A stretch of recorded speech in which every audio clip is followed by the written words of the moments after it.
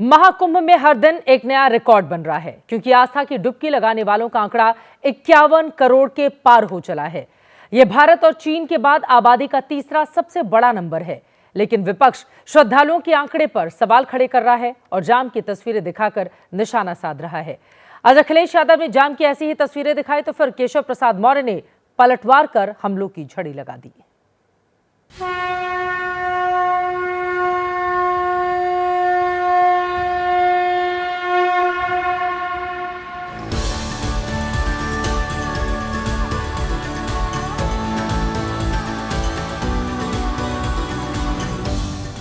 आस्था का उत्सव जारी, श्रद्धालुओं की भीड़ भारी।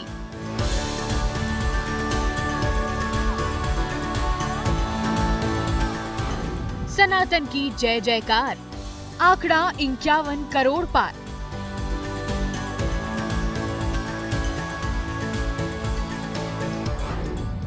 महाकुंभ का 34वां दिन, लेकिन हर बीतते दिन के साथ प्रयागराज में महामेले का उत्सव और विराट और विहंगम होता जा रहा है। संगम के तट पर आस्था की डुबकी लगाने वाले श्रद्धालुओं के आगे ब्राजील का रियो फेस्टिवल और जर्मनी का अक्टूबर फेस्ट सब फीके पड़ गए हैं।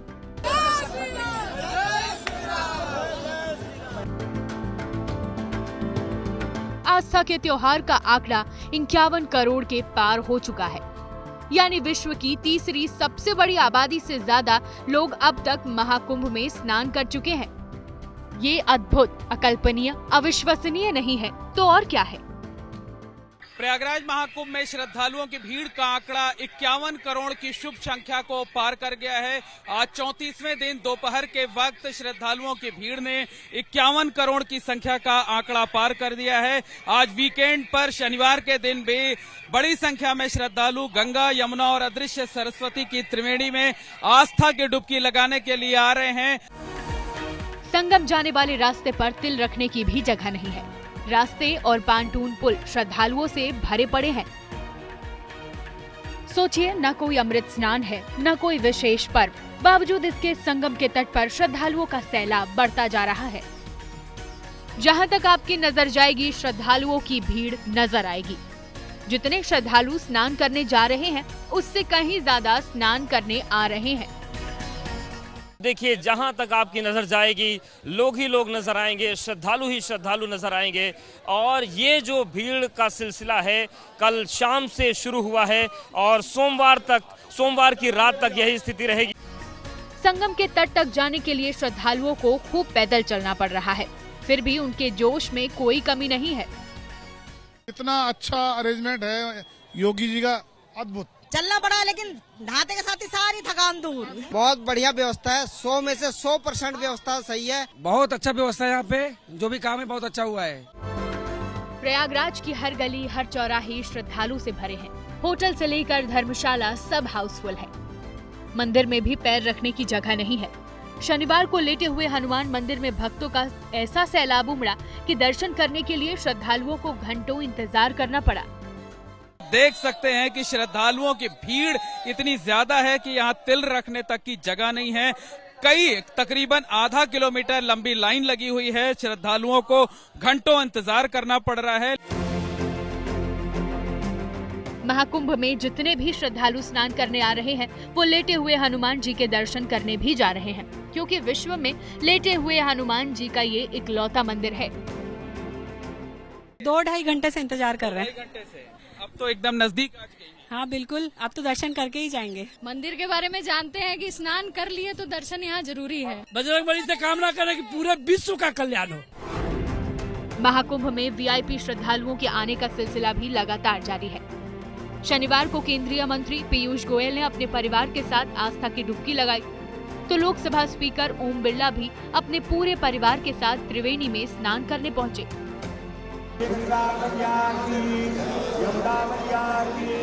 सरस्वती मैया की, तीर्थराज प्रयाग की, हनुमान जी महाराज की, धर्म की जय हो, अधर्म का नाश। धर्म, आध्यात्मिक संस्कृति का ये महाकुंभ दिव्य है, जहाँ पर दिव्य ऊर्जा है, दिव्य शक्ति है। माँ गंगा का स्नान, उनकी सामर्थ्य, उनकी शक्ति और इस महादिव्य कुंभ से सबका कल्याण हो। महाकुंभ भगवान की आस्था तो है ही, ईश्वर के प्रति हम सबकी विश्वास का एक प्रतीक है, लेकिन साथ ही साथ एक भारत श्रेष्ठ भारत का भी एक प्रतिबिंब के रूप में पूरे विश्व के सामने है। महाकुंभ को लेकर जितना हर्ष और उल्लास आम श्रद्धालुओं में है, उतना ही वीआईपी श्रद्धालुओं में भी नजर आ रहा है, क्योंकि कोई ऐसा दिन नहीं बीता जब किसी वीआईपी ने संगम में आस्था की डुबकी न लगाई हो। दरअसल 144 साल बाद ऐसा संयोग बना है जिसका हर कोई गवाह बनना चाहता है। 13 जनवरी को पौष पूर्णिमा पर 1.7 करोड़ लोगों ने डुबकी लगाई। 14 जनवरी को मकर संक्रांति पर 3.5 करोड़ श्रद्धालुओं ने स्नान किया।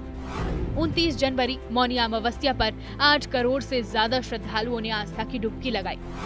3 फरवरी को बसंत पंचमी पर 2.5 करोड़ श्रद्धालु महाकुंभ पहुंचे। 12 फरवरी माघ पूर्णिमा पर 2 करोड़ से ज्यादा लोगों ने त्रिवेणी में डुबकी लगाई।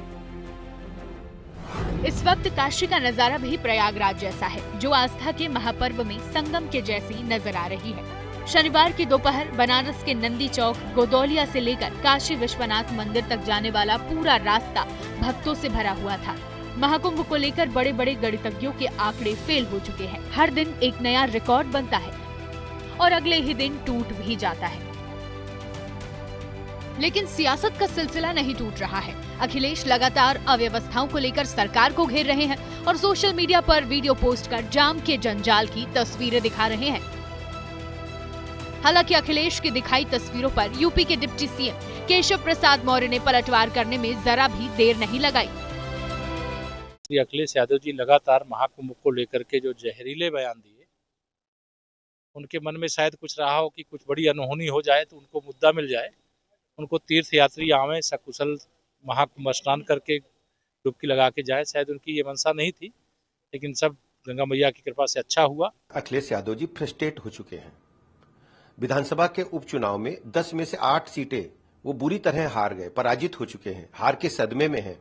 यही वजह है कि महाकुंभ में उमड़ा जनज्वार उन्हें भा नहीं रहा है, जन आस्था उन्हें स्वीकार नहीं हो रही है। बता दें कि महाकुंभ में हर दिन औसतन 1.25 करोड़ श्रद्धालु संगम में डुबकी लगाने आ रहे हैं। ऐसे में कई जगह जाम की स्थिति बन रही है और इसी की तस्वीरों को हथियार बनाकर विपक्ष हमला कर रहा है। हालांकि सरकार का दावा है कि जाम को लेकर जितनी भी समस्या थी उसे सुलझा लिया है। आज प्रयागराज महाकुंभ मेला क्षेत्र में एक बार फिर से आग लगने की खबर आई। मेले के सेक्टर 18 और 19 के बीच ये आग लगी। हालांकि आग की खबर मिलते ही मौके पर पहुंची फायर ब्रिगेड ने आधे घंटे के भीतर आग पर काबू पा लिया। प्रयागराज महाकुंभ में आग लगने की ये चौथी घटना है। गैस तो नहीं है इसके अंदर। तस्वीरें आपके सामने हैं। अफरा तफरी का आलम पैदा हो गया। आग लगने की खबर जैसे ही सामने आई और आपको बताते चले कि तुरंत ही फायर ब्रिगेड की तमाम गाड़ियां भी मौके पर पहुंची, जिसके बाद दोनों ही सेक्टर 18 और 19 दोनों जगहों पर यह आग लगी हुई थी। आग पर काबू पाया गया। वैसे आपको बताते चले, देश ही नहीं बल्कि दुनिया भर के तमाम लोग संगम नगरी में आकर डुबकी लगाकर अध्यात्म के इस महाअनुष्ठान के साक्षी बनना चाहते हैं। सरकार और प्रशासन की ओर से यात्रियों की सहूलियत के लिए भी इंतजाम किए गए हैं, लेकिन महाकुंभ में श्रद्धालुओं की भीड़ भारी होने के चलते व्यवस्थाएं कम पड़ जा रही हैं। इसीलिए जरूरी है कि सरकार प्रयागराज में भीड़ नियंत्रण पर खासा जोर दे, ताकि महाकुंभ में पहुंच रहे करोड़ों भक्त आसानी से संगम नगरी में स्नान कर पाएं। दुनिया बदल रही है और ये भारत के लिए ला रही है इन्फिनिट अवसर, जिसे हम कहते हैं मिनट इन्फिनिट। देखिए और आइए आइडियाज ऑफ इंडिया के मंच पर समझेंगे इसी मिनट इन्फिनिट को 21 और 22 फरवरी abplive.com पर।